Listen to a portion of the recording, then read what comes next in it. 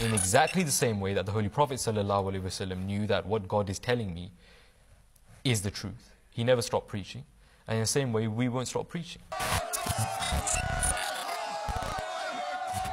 It's against the teaching of Islam to force anyone into belief, which is la ikraha fi din. There's no compulsion in matters of faith.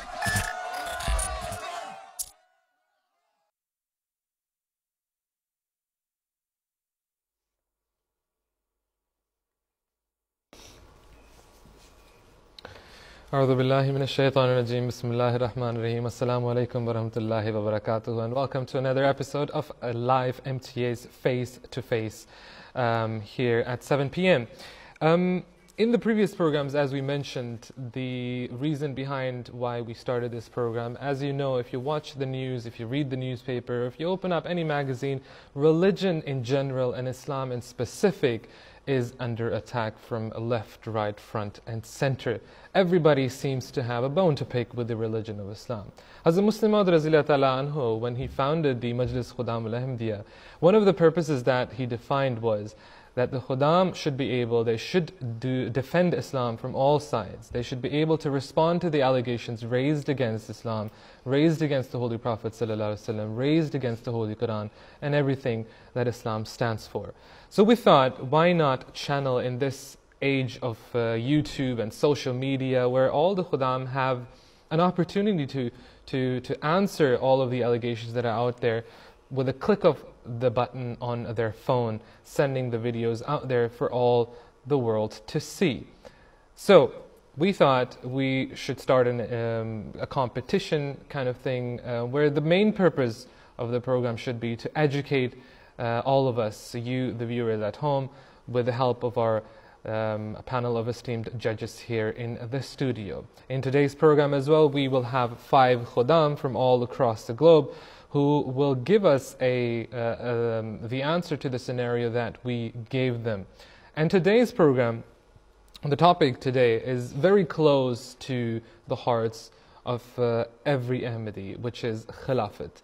So a scenario that has been given today was that how is Khilafat different from the absolute forms of control that we see in the world out there. You have dictators, you have despots, you have different kind of rulers that are ruling over their people. But how is it different from Khilafat? That was the question that we asked our contestants, and the replies and the videos that they have sent us will be shown today in this program. Before we start, as always, one thing that we would like to make sure is that you, the viewers at home, are aware that the opinions and the answers given in this program, in those 3-minute videos that our Khuddam brothers have sent us, are their opinion. They do not necessarily reflect the official statement of the Ahmadiyya Muslim Jamaat or of MTA International. The winner of this competition will have the blessed opportunity, will be given the chance to present a program here on MTA International. Now, with that, we're going to start today's program. The panel of judges with us here in the studio are Amir Safi Sahib, who is the editor of the Review of Religions magazine. To his right, we have Momin Zahid Sahib, who is a teacher in Jamia Ahmadiyya UK, and to his right we have Abdul Qudus Arif Sahib, who is a member of the National Amla of the Majlis Khuddamul Ahmadiyya here in the UK. Jazakumullah Sanza for your time and welcome to the program. Our first contestant for today, we're going to go to Canada. Wajahat Nasir Sahib is with us on the line. Wajahat Sahib, Assalamu alaikum wa rahmatullahi wa barakatuhu. Wa alaikum assalam wa rahmatullah. Before we go to your video, Wajahat Sahib, tell us a little bit about yourself. What is it that you do? Where do you live? And how did you take part in this competition? So I'm from Toronto, Canada, born and raised. I am currently doing my MBA, and I'm also working full-time. So one of my Khuddam brothers, he actually recommended to me that I should send a video in. All right. So, Wajahat Sahib, Hazur has visited Canada many times and has blessed Canada with his presence there. That whole atmosphere of I would say the country changes when Hazur lands, as soon as he lands in Canada. The last time Hazur went, what was your thought? How did you feel that those days? What are some of the memories that you have? So I think nowadays it's even hard to get a glimpse of Khalifa Ibak. So I know whenever he's here, my emotions personally, they are on another level. And so we Canadians, we always hope and pray that Khalifa Ibak keeps coming back here. All right. So Jazakumullah Sanza for that. We're going to go to your video, and after that the judges will ask you a few questions, and depending on what you say, that will also might have an influence or might have an effect on your final marks that they will give to you. Wajahad Sahib, here is the video that you sent us. The root difference between the system of Khilafat and all other forms of leadership is the fact that the system of Khilafat is divine. The Khalifa is appointed by God. So the points which I will outline are all as a result of the Khalifa being appointed by God, because one is appointed by God, then they're obviously guided by God, guided to the truth, guided to justice. So with my first point about absolute justice, when you look around the world, I feel as if absolute justice has vanished to the sky, and we'll notice that the only exception to this is that person who is appointed by God, i.e. the Khalifa, who practices absolute justice in its highest form. And you know, oftentimes people ask me, how do you evaluate that? How can you tell? And my answer is to simply observe. When you observe, when you look at the character, the behavior, the personality of a Khalifa, when you listen to what they say, one is compelled to admit that there is not an iota of injustice that emerges from them. All the way starting from Hazrat Abu Bakr, who succeeded the Holy Prophet ﷺ, to Hazrat Mirza Masroor Ahmad, who succeeded the promised Messiah ﷺ, we see that, and this is my promise to you, that you cannot identify even one instance of injustice, not even an iota. And this brings me into my second point, which is that a Khalifa, he does not wish to become in a position of authority. They do not endeavor to become khulafa. Rather, it is God who appoints them into that position. It is God who gives them that muqam, that status. Why? Because they are the most righteous person on the face of the earth. And so the difference here is that when you look at all of the other politicians, I can say probably 100% that all other politicians endeavor and canvass to become in that position of authority, while we see that the Khalifa or any rightly guided Caliph comes nowhere close to this, because again it is God who appoints them into that position. All right, that was Wajahat. Nasir Sahib, before Mohammed Sahib, I ask you for your comments. One thing that I would like to tell you is that we had to cut Wajahat Sahib's video short because, as we mentioned on the website, the rules and regulations state that the video cannot be longer than 3 minutes. Unfortunately, Wajahat Sahib's video was a bit over more than a minute, I think. So that's why we had to cut it a little bit short. Mohammed Sahib, your reaction to his video. Quite an entrance, isn't it? Yes, Raza Sahib, mashallah, in terms of conviction and delivery, I can't really find any fault with him. It was a near perfect reply in terms of delivery and conviction. Good display of confidence, good use of hand gestures as well. And in terms of conviction, he showed good conviction as well. He was continuously saying, I can assure you, I can promise that. 100%. So yeah, I can tell you 100%. So it was all good in terms of that. But just as you told us that Wajahat Sahib he went beyond the time frame that was given. He should have been more careful about that, and that can be said as an advice to the contestants in the next programs. In terms of argument, I want to, as it is our duty to give positive criticism as well. I have a brief observation. Wajahat Sahib. Ji, Assalamu alaikum. Wa alaikum salam. You basically constructed your argument and it was basically based on historical reference. Like you tried to prove it historically that Khulafa, they never sought authority, or they never did anything which was unjust. But and obviously you are true in this regard, that this misconception that Khilafat is similar to worldly forms of governance, and a Khalifa, it is a misconception that Khulafa are like similar to despots or despotic rulers and monarchs. And this misconception is sometimes, it does arise at times because people are not familiar with historic evidence.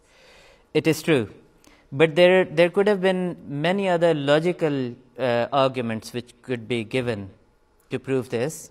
And they'll come in, I think, in due course in other replies. You should have been careful about giving those logical arguments as well, rather than just focusing on giving the historical evidence or historical point of view. Because his video was cut short, you have more time to ask him a few more questions. Assalamu alaikum. Welcome, salam. Assalamu alaikum. I agree with what you said. I think the Canadian brothers who have come so far in the program, they have a natural way of talking very comfortably and relaxingly. So full credit to you for that. You spoke with conviction. So what I would say to you, Brother Wajahat Sahab, the one question I want to ask is, and I feel generally you did quite well, but I feel to tackle this topic, you cannot, if you're addressing a non-Muslim, what is a Khalifa? A Khalifa means a successor. So you have to say to him, the Khalifa means a successor, and a successor of who? In our case, it's a successor of the promised Messiah, peace be upon him. And if that is the case, he's the Khalifa of the Ahmadiyya community, is basically following the teachings of the promised Messiah, which are essentially the teachings of the Holy Prophet ﷺ of the Holy Quran. Therefore, you would have to explain to your non-Muslim friend what the teachings of the Ahmadiyya community are and what the teachings of the promised Messiah are. And you can very briefly say, for example, there were two main objectives. One was to connect man with God, and he was going to come at a time when the Muslims would spiritually decline, as per the prophecy of the Holy Prophet ﷺ. And the other main objective was to teach people to show absolute love and kindness to other human beings. And the Khalifa, being the successor of the promised Messiah, his mission is simply to continue this particular objective. So therefore, my humble constructive criticism to you is to tackle this topic of Khilafat and how it's different to the other absolute controls. You have to bring in the teachings of the promised Messiah and the Ahmadiyya community, because the Khalifa is the successor of the promised Messiah. And I felt this is one fundamental point that is missing from your presentation. I will spare you, because Mohammed Sahib and Amr Sahib took up your time as well. But Jazakumullah, I promise you'll get that extra minute in the next round. Wajahat Sahib, we will get in contact with you in case you make it to the second round. Jazakumullah for your video. Next up with us is Saifullah Bhatti Sahib from Pakistan. Saifullah Sahib, Assalamu alaikum wa rahmatullahi wa barakatuhu. Wa alaikum assalam. Bhatti Sahib, living in a so-called Islamic democracy, I mean, you clearly see at the moment the need for a spiritual guide, for a divinely guided Khalifa who leads the Muslims into the right direction, isn't it? Yeah, we do. All right. So tell us about yourself. I mean, I personally actually have seen your video as well. You seem quite young. So tell us a bit about yourself. What is it that you do? Well, my name is Saifullah, as you all know, and I'm currently doing my computer science from Face2Face University. Okay. And as for my free time, I also do a job of customer services. All right. So that's it. Your English, where did you pick up that English? Well, actually from novels and English movies, actually. Okay, all right. Jazakumullah, Saifullah Sahib. We're going to go to your video, and then after that, the judges will ask you a few questions as well. Here is Saifullah Bhatti Sahib from Pakistan. Assalamu alaikum. My name is Saifullah and I am from Islamabad, Pakistan. Answering the question, how Khilafat is different from worldly forms of absolute control. The first thing to understand over here is that by absolute control, we mean dictatorship, not democracy. Pointing out the differences. The first and the most significant one is that Khilafat is a system of God. A Khalifa is elected by the God himself and is supported by the people of the state. He remains Khalifa till his death. On the contrary, a dictator or a despot gains control with the use of power or might. He is answerable to no one. He has the power to break even the constitution, to abrogate any clause of the law that seems to prevent him in his cruel treatment to the people. A Khalifa is supposed to abide by the divine law. He is answerable for all his actions, not to a man or a woman, but to God himself. Day in and day out, he fears that he may fail to perform his duty. Let me quote here a saying of Hazrat Umar Raziallah, that if a stray dog starves to death on the bank of Euphrates, he will consider himself responsible for it.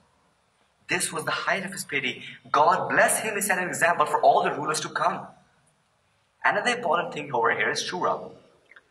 A Khalifa calls his trustworthy companions, and with the advice of those companions and God, he solves a matter at hand. But when we go to dictatorship, we don't even see a concept of the council. Revising the history, most of the dictators had negative reviews about themselves. While when we go to Khilafat, we see 4 eras of development and prosperity. We see efforts for love for all, hatred for none. Every Khalifa set an example in every way of life. After those 4 eras, we see another 5 great eras. The Khalifas of the Imam Mahdi, when the world was falling into darkness, Islam in a crucial stage, these 5 noble men took the responsibility of restoring light. And now, we see an institution of peace and harmony in front of our eyes. Taking a turn back to dictatorship, we see martial laws, we see failed states, we see innocent lives lost, massacres, fire burning the houses, a depiction of hell in front of our eyes. Keeping all these factors in our mind, I think the difference is pretty much clear. That as we move to dictatorship, we see an environment of negativity. But as soon as we move back to Khilafat, we see love, love, love, and love. We see peace, peace, peace, and peace. All right, that was Saifullah Bhatti Sahib from Pakistan, quite emotional and very into the topic, Amr Sahib. Yes, Wajad Sahib, Assalamu alaikum. Wajad Sahib, yes. Saifullah Sahib. Sorry, Saifullah Sahib, that's my bad completely. We've had so many programs now. Yes. So Saifullah Sahib, there was a beautiful ending. I thought it was very emotional. It actually made me stop and think. So well done on the ending. And generally, you also did very well. You spoke with conviction and a lot of confidence. So Jazakallah for that. And I give you a lot of credit for that. The one point I would like to mention where I feel that you can benefit from, and generally for the benefit of any of the contestants, is that if we're going to talk about this topic of Khilafat, where better to get our research from than our beloved Hazur, who is the current Khalifa, who we believe is appointed by God. And he has covered this topic in so many different ways. Can I ask you, did you actually consult from the writings of beloved Hazur when you were doing research for this question?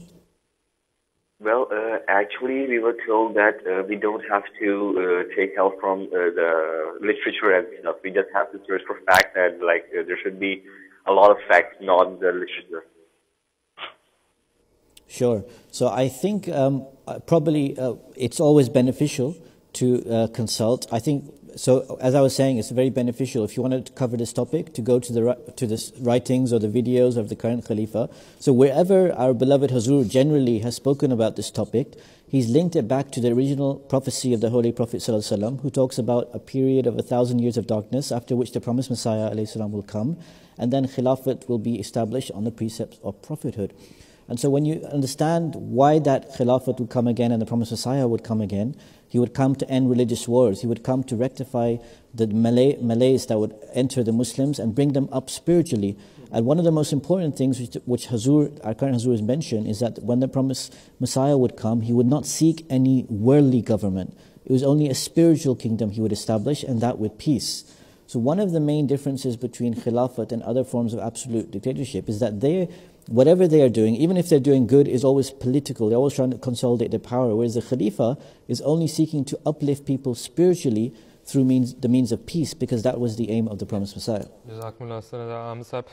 For the clarification, I think for you as well and for the contestants, they were allowed to use 30 minutes of reference, 30 seconds of referencing. But of course, other than that, you can paraphrase what Hazur has said in different sermons or at different occasions. Kudu Sahib. Jazakallah Saifullah for your entry. A very passionate approach, definitely. Yeah. Naturally, the scenario that was presented as you had to make a distinction between Khilafat and worldly governance. And for me, the one source that needed to be used was Hazur delivered a sermon back in I think a couple of years ago in Frankfurt in Germany, and he spoke about this subject, where we know the famous few words that Hazur said as well, that before going to sleep, I visit every country of the world, and in my mind, and I pray for every single country and every single nation of the world. And in that, he actually told the world what Khilafat is and what other leadership is. And he made the comparison himself. And I think that the entries, I think that's something that they could have really taken from. And it's so strong and powerful, that message, that using the Khalifa of the time's words to answer the question would have been, the cherry on top. Mumsam, briefly. Brother Sahib, everyone has actually talked about the enthusiasm, the energy which actually oozed in throughout his answer that he has given. It was obviously very lively, animated, but probably he needed to slow down a little as well. A little, if not a lot. In terms of argument, he was good. Particularly the argument where he said that the dictators are different from Khulafa, because dictators, whatever they say or whatever they will, that transpires into the law of the time, the law of the land. But Khulafa are totally different. They work with consultation and everything. Yes. Jazakumullah Ahsan. Saifullah Sahib from Pakistan, Jazakallah to you as well.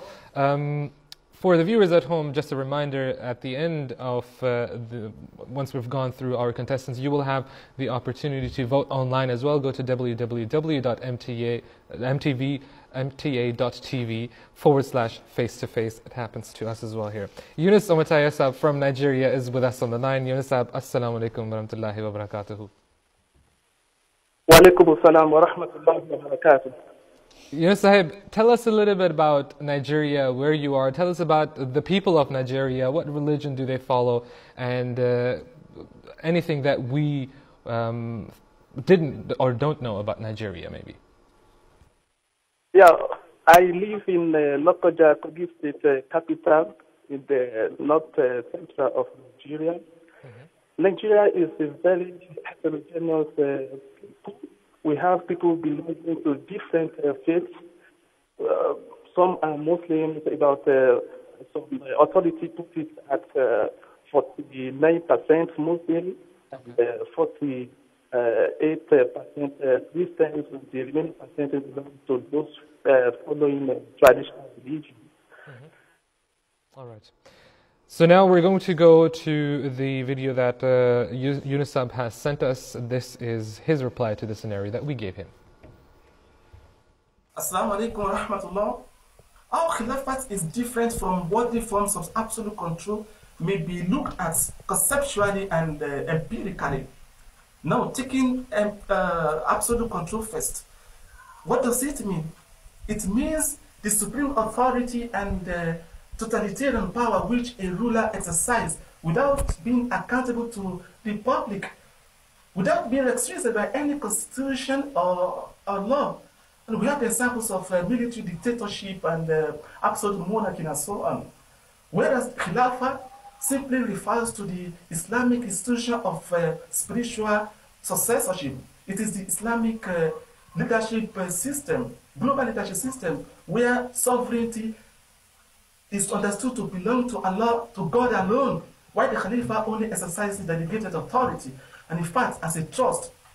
And that's why Mirza Tawhid Ahmad said that the Khalifa is appointed by God as his representative to the community, and the community is represented to him.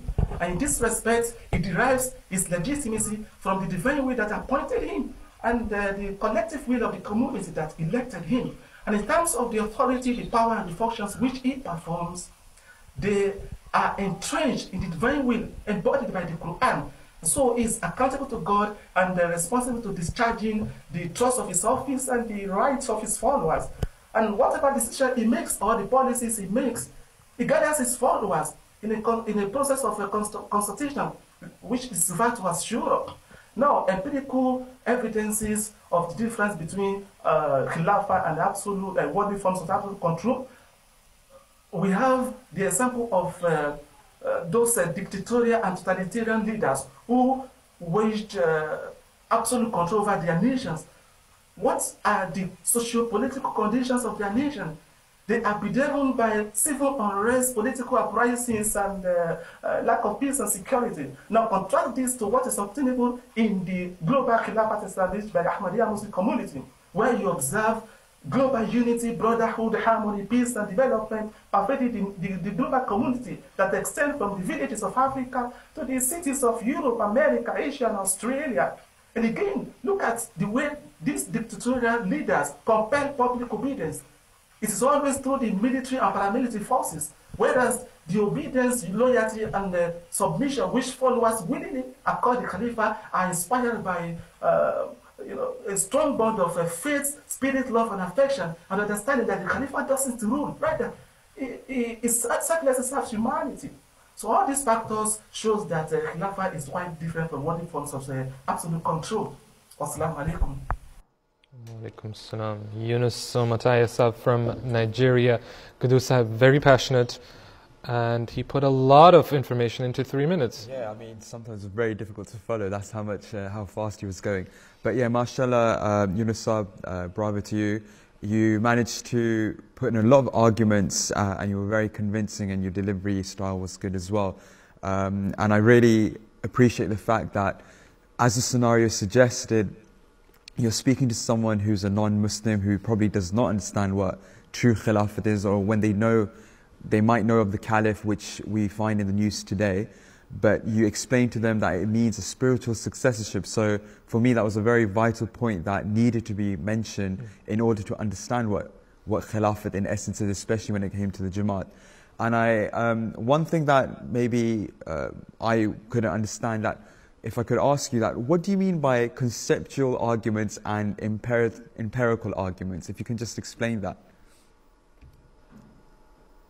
Well, evidences refers to those theoretical explanation about the Khilafah, and as well as the worldly forms of absolute control that we have them explained in the textbooks or in the scriptures, whereas the empirical evidences refers to those visible evidences that we can see, we can feel, we can read about in the world. And we have such many examples of that. Okay, that makes sense. Thank you. Jazakallah for your response. Moment, sir. Jazakallah, Yunus Sahib, for a very good answer. I really enjoyed your response. It was very good. And I liked your argument as well, when you said that the despots or the dictators of the world, they are not accountable to anyone. On the other hand, the Khulafa are under the yoke of Shariat, Quran, and Sunnah of the Holy Prophet ﷺ. So in a sense, they are accountable to God. And this is what actually differentiates the system of Khilafat from that of worldly governance or despotic rules. So, mashallah, jazakumullah for your video. Yes, very strong candidate. I believe your arguments are very strong, and the respected judges have already covered all the bases, and I believe he touched on very key points in the time available. So I think you did a very good job. I agree that perhaps you spoke slightly fast, but I can understand when you're very passionate about a topic, sometimes a person speaks very fast, but at the same time you want to be able to convey your message coherently.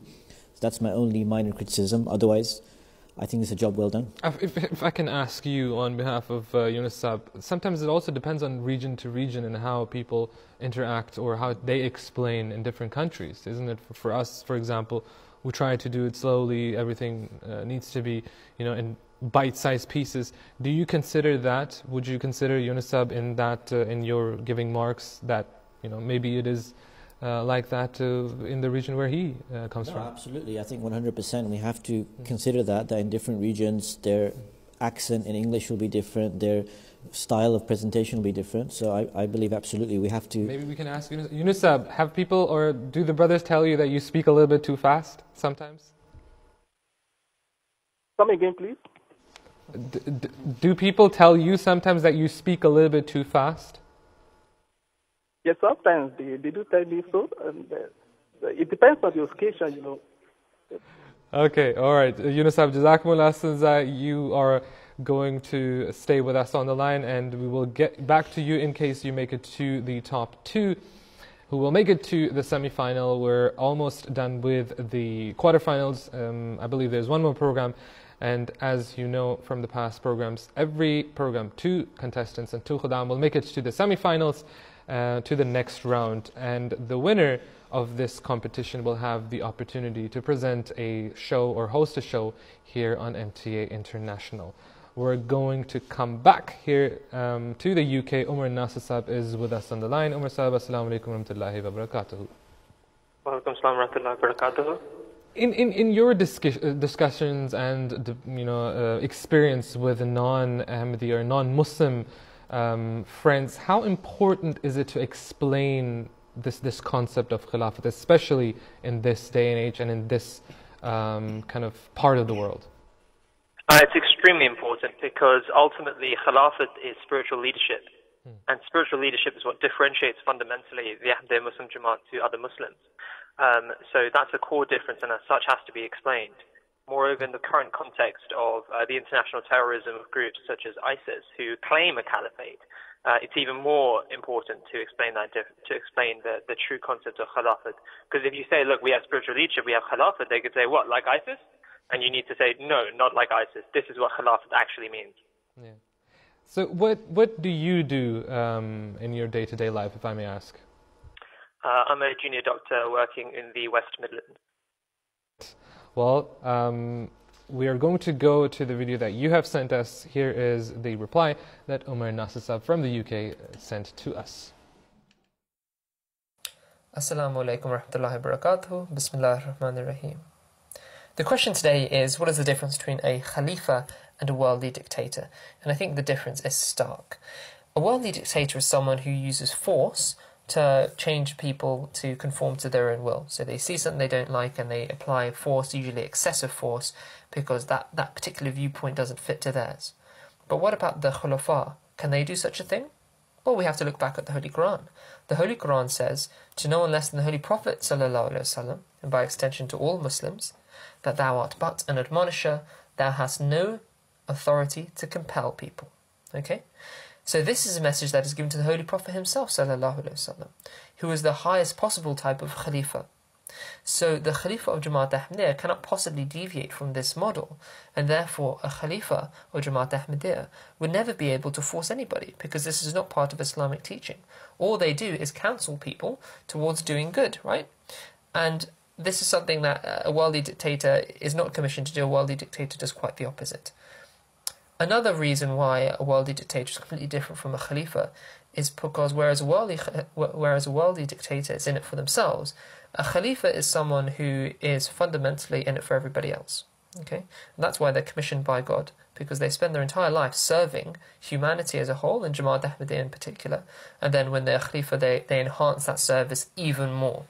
And when a Khalifa, when our Huzur, beloved Huzur, does his Friday sermons, is he, telling us to benefit him in some way? No, he's saying to us we need to develop our relationship with God, and we need to fulfill the rights of each other and to create a more harmonious society. Now, you show me, did Stalin ever do that? Did Lenin ever do that? Did any of the famous dictators ever do this? This is a complete difference between a Khalifa and a worldly dictator. A worldly dictator is trying to gain maximum benefit for himself, whereas a Khalifa is trying to ensure maximum benefit for everyone else, right? So this is completely different. Finally, I would say another key difference between a worldly dictator and a Khalifa is that a worldly dictator fundamentally, even if they are, interested in their own people, if the rare cases where they're not just completely interested in their own egos, if they're interested in their own people, that's as far as they go, and they will sacrifice the rights of other people for their own people.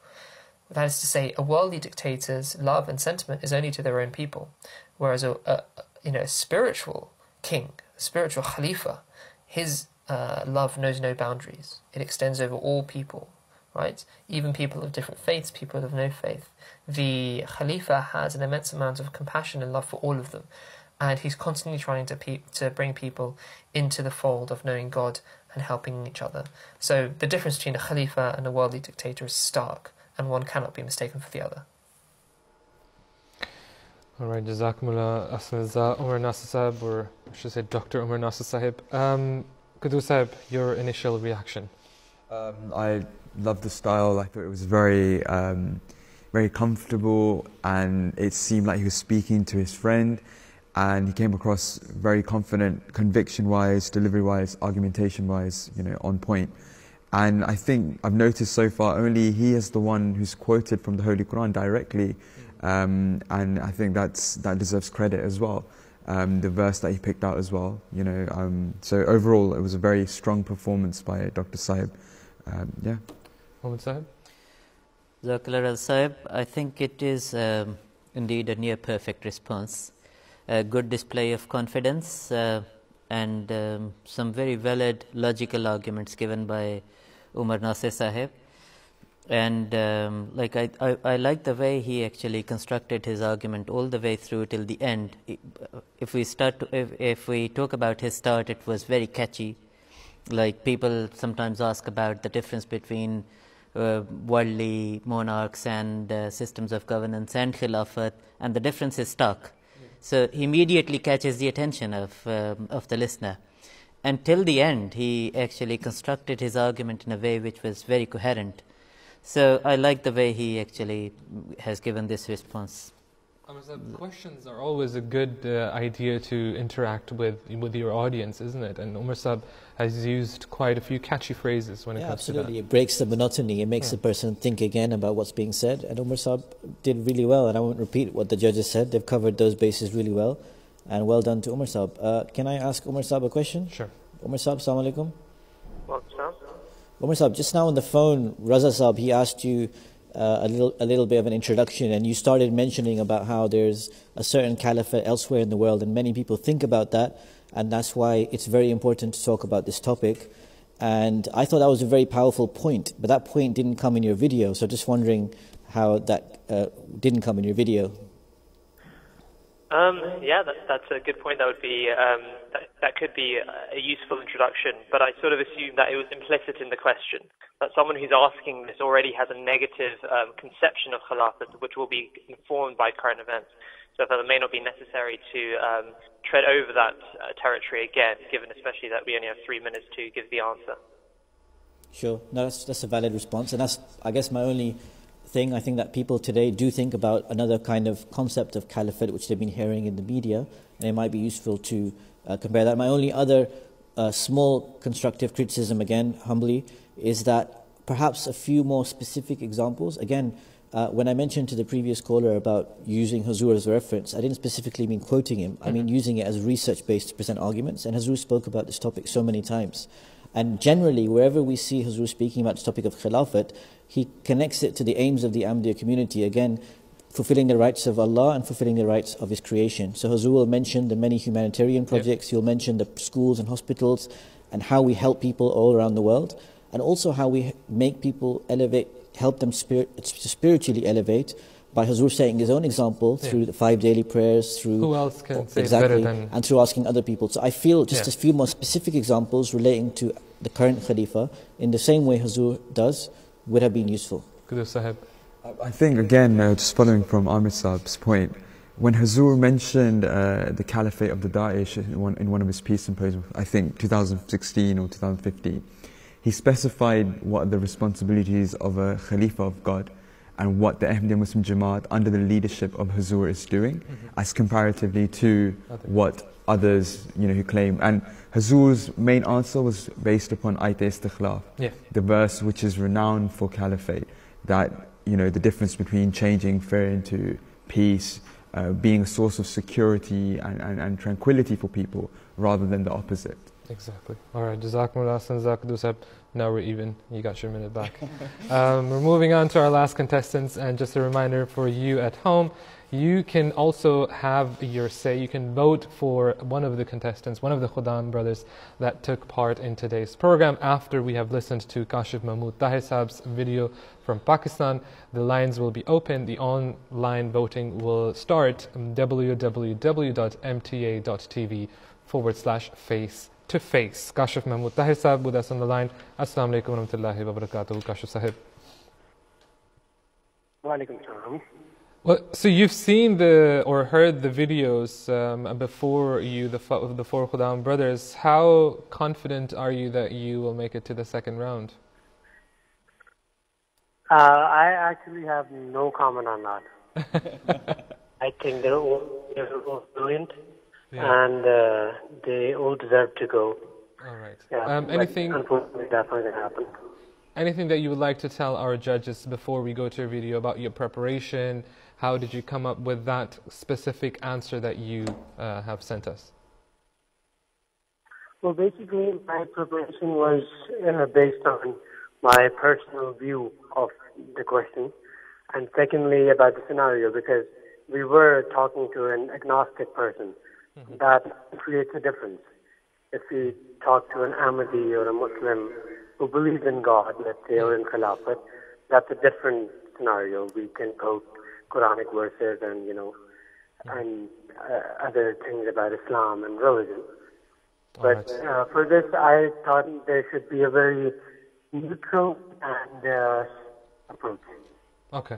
So let's see how you did when it comes to the question of how you would tell an agnostic that Khilafat is different from worldly forms of absolute governance. This is Kashif Mahmood Tahir Saab from Pakistan.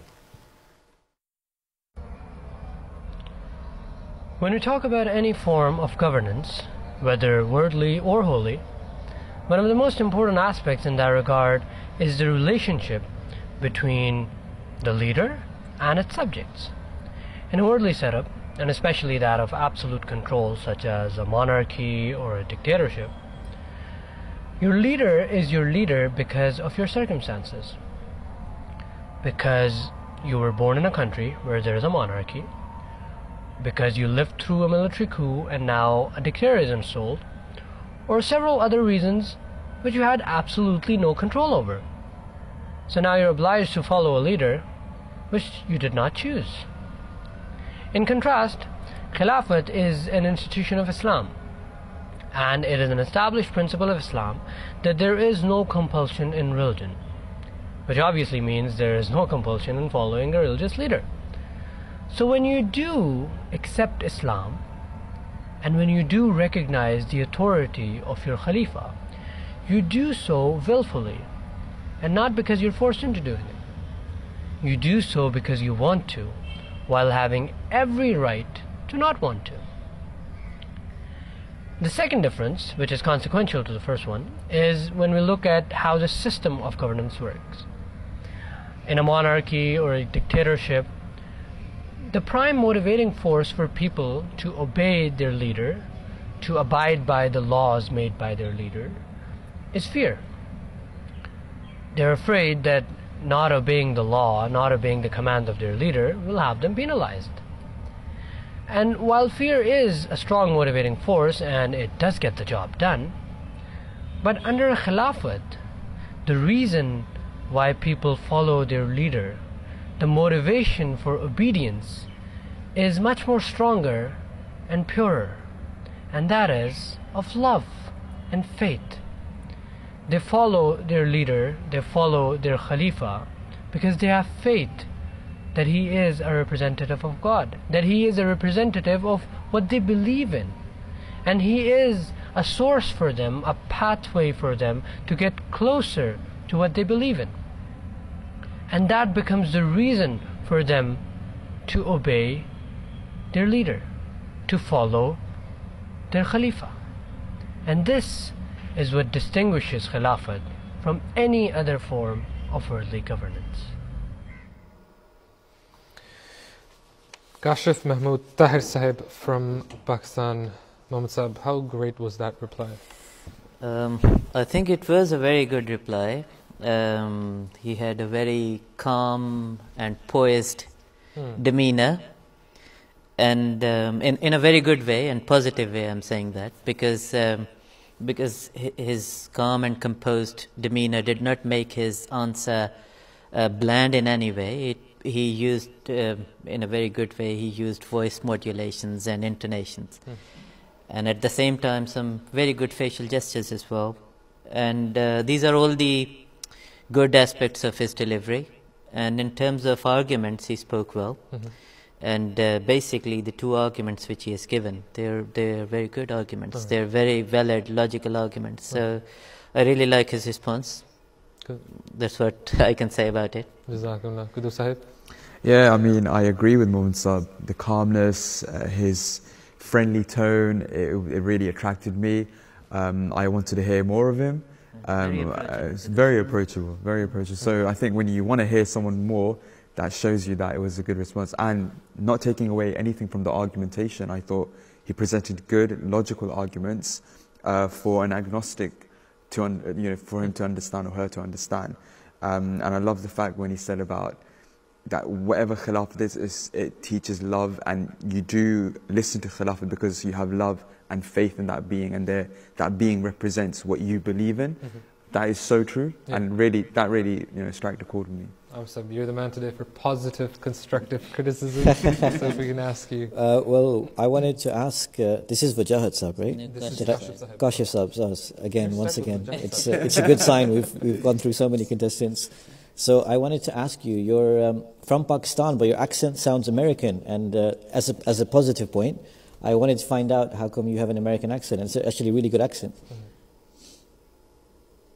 Yeah, that's probably because I learned English from really not people. People of Pakistan. Okay, regional accent. Okay, alhamdulillah. So yeah, I felt I agree with the judges, he was a very strong contestant. He covered some very important points. His style was actually quite intriguing in terms of, again, those regional variations. A brother from Nigeria, perhaps over there, that would work there, and perhaps over here, this is what would work. So we give that variation. But overall, a very strong candidate. All right. Jazakumullah. Kashif Sahib, anything that you would like to ask the judges? Or add? Not really. Could do. Okay. Jazakumullah. Kashif Mahmood Tahir Sahib from Pakistan was with us on the line. The voting lines for you at home, the viewers, is open now. Go to www.mta.tv/face2face. Today's program, we had 5 Khuddam from different parts of the planet. The first one with us on today's program was Wajahat Nasir Sahib from Canada, followed by Saifullah Bhatti Sahib from Pakistan. Then we had Yunus Somatayo Sahib from Nigeria, who was followed by Umar Nasir Sahib here from the UK.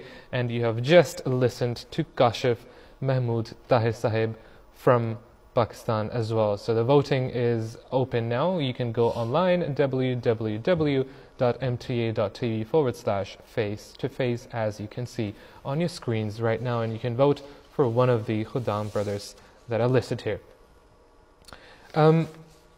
We're going to go to the next segment of today's program. As we mentioned in the first program, and we kept mentioning throughout the programs, the reply that we received from our initial question, what is the need for religion, was huge. And mashallah, by the grace of Allah, the number was so vast that we couldn't include all of the videos in one program. So over the past few weeks, we've been showing you the video replies that we got for the first question, what is the need for religion? So that was basically the qualifier round from which we chose 25 Khuddam that are now competing for the semi-finals. So the next video that you will see is also a short clip of some of the submissions that we got for the first reply, what is the need for religion? What is the need for religion? Firstly, religion presents human with the perfect opportunity to fulfill its purpose of creation, as stated by Almighty Allah in the Quran, that وَمَا خَلَقْتُ الْجِنِّ وَالْإِنسِ إِلَّا لِيَعْبُدُونَ. If we assume that, if we are assuming that a religion is indeed from God and is pure and has not been interpolated or corrupted in any way, then clearly we can't really deny there would be a need for such a religion, because its teachings would be far superior to anything man can come up with, and would indeed be of great benefit. So a human being need to understand that true satisfaction and inner peace has nothing to do with the material things. In fact, we need a divine power who can only remove our hardships and help us in difficulties of our life. At this age, it is seen that the need for religion cannot be overemphasized. As a human being does not have evolved by his own might, neither by his own power nor other terrestrial powers. Looking at some of the benefits that religion provides to mankind, and this is borne out by some recent studies, is that people who follow religion often tend to be less depressed, they are happier, and also are more charitable than those who do not follow religion. I think it's more about taking a calculated risk. Because say that God does exist and you've spent your entire life going against his teachings, not believing in his prophets, doing everything he's told you not to do. Then will come the day that you die and you finally meet him. That's when you'll suddenly realize that you played yourself. Almost everyone can achieve morality, and everyone can be good people. The purpose of the religion is to produce a true knowledge of his creator, so that his creation could know the object of his existence and could take benefit from the ultimate power. The man would require to know the true attributes of the God. How could he establish his connection with this God? This will reveal his true purpose of existence, which will ultimately make his life useful in this world. We need religion as it will provide us with a complete code of moral conduct, so that it can give a comprehensive account on good and bad morals, and it can provide us with the means whereby man can acquire good morals and avoid the bad ones. All right, so these were some of the videos that we received that didn't make it to the next round, but Jazakumullah Ahsanza to all of the brothers who submitted their video to us. The results are out. We have 2 Khuddam who are making it to the next round. Umar Nasser Saab here from the UK and Kashif Mahmood Tahir Saab from Pakistan will be advancing to the next round. Both of them are with us on the line. Umar Saab, if I can start with you, anything that you would like to ask the judges for the next round? General advice would be good, although you've already given a specific advice. I think one thing that you've highlighted, which is useful for everyone going into the next round, is the need to very deeply go into what Hazur has already said about any topic, and to focus on the Holy Quran, because these are really our 2 sources, or the 2 primary sources that we should be using. So I think that's already quite valuable feedback, and I thank them for that. Okay. Mohammed Saab, anything that you would like to tell Kashif Mahmood Tahir Saab, or both of them? Nothing. I think generally I can say that people who have been watching the programs, the judges, including myself, have been telling our own humble opinions that we need to consult the Holy Quran, we need to consult the books of the Promised Messiah ﷺ, and we need to consult the sermons and speeches of our beloved Huzur, Hazrat Khilafat Musil Khamis Sayyidullah Ta'ala bin Nasr al-Aziz, about the scenarios which are given, and find guidance from them, so that we construct our arguments in a better way, which is more appealing to everyone. How necessary is that, though? I mean, we listen to it on MTA, we can just tell them go watch it online, but how necessary, when you're talking to someone, Amr Saab, what do you think, how necessary is that we push our Khuddam to actually include these things into their arguments? I think it's very crucial, in particular this advice about going to Huzur's sermons and Huzur's things, because number one, Huzur is divinely inspired. We firmly believe he's the closest person to Allah at the time, so whatever he's saying has divine inspiration behind it. Secondly, Huzur's travel all over the world. He talks to ordinary people who have no rank, and he talks to presidents and prime ministers. And he has been extremely successful in conveying the message of these different topics through different ways, through using different techniques. So if we use that as a reference, we can also be successful in our own lives as well. It's for the blessing's sake as well, isn't it?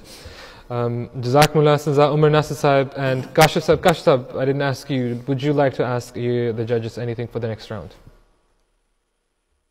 Yeah, I think the same thing Umar Sahib mentioned, general guidance, and maybe we should do more thorough research.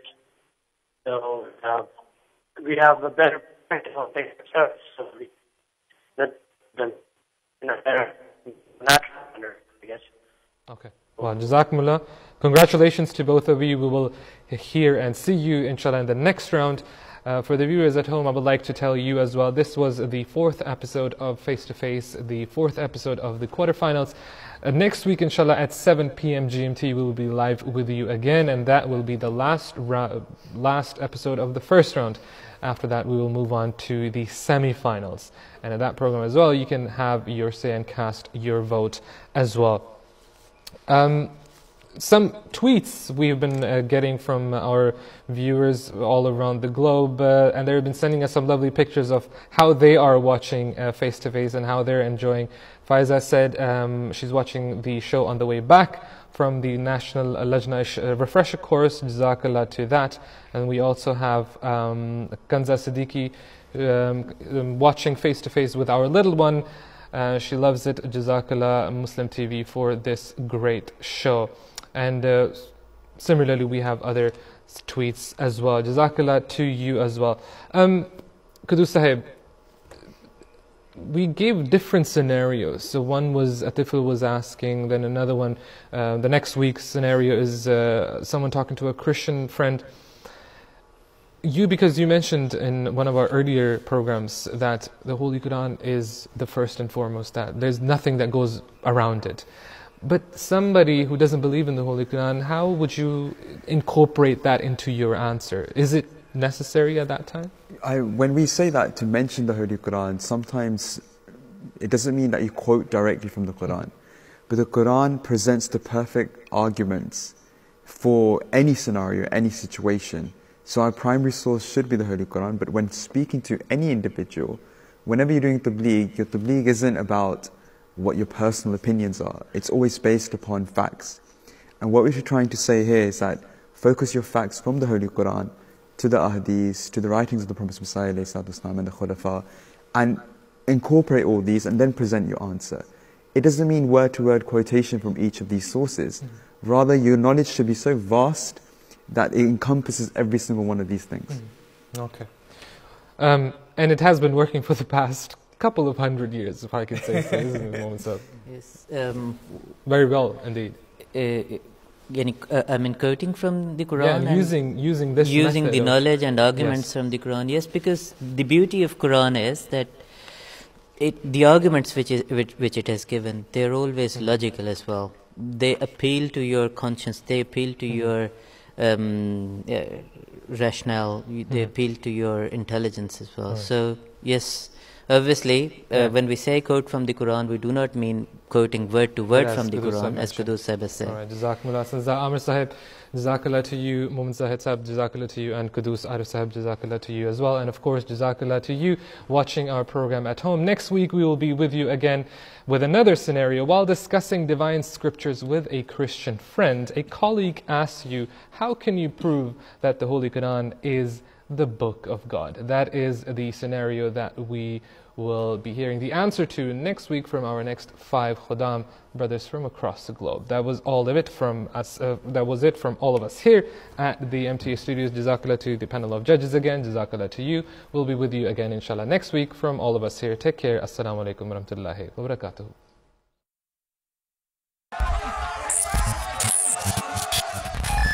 In exactly the same way that the Holy Prophet ﷺ knew that what God is telling me is the truth. He never stopped preaching.